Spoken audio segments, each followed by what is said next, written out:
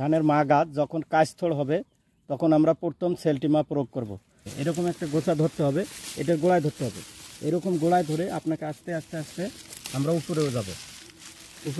উপরে যেয়ে দেখব সবচেয়ে যেটা লম্বা পাতা, যেটা হলো লম্বা পাতা, এটা হলো মা গাছ। এই মা গাছটা এখন আমরা গোড়ার দিকে যাব।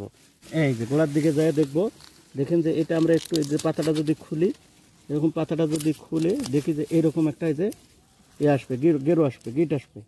এই গিটটা দেখবেন, এই যে গিটটা থেকে একটু উপরে দেখেন এটা গোল হয়েছে এবং একটু মোটা হয়েছে, 1 ইঞ্চি 2 ইঞ্চি। এই দেখেন 2 ইঞ্চি, 1 2, এই 2 ইঞ্চি দেখেন একটু মোটা দেখা যাচ্ছে। তার মানে এটা কাজ কি হয়েছে, মা গাছটা কাজস্থল হয়ে গেছে। এইটা যখন এইরকম হবে তখন আমরা প্রথম সেলটিমা প্রয়োগ করব।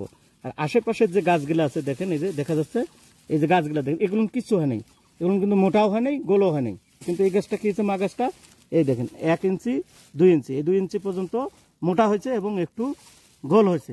তাইলে আমাদেরকে এটা ধরে নিতে হবে কাজস্থল হয়ে গেছে। তখন আমরা প্রথম সেলটিমা প্রয়োগ করব। দেওয়ার 10 দিন পর দেখবেন যে আশেপাশের কুশিগুলা যখন কাজস্থল হবে 10 দিন পর, তখন আমরা দ্বিতীয়বার সেলটিমা প্রয়োগ করব। এ করে 400 মিলি।